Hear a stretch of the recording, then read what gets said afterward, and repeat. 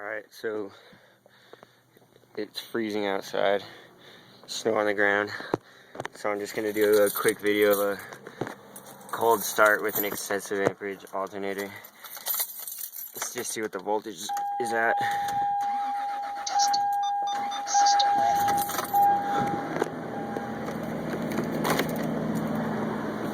Blue moon!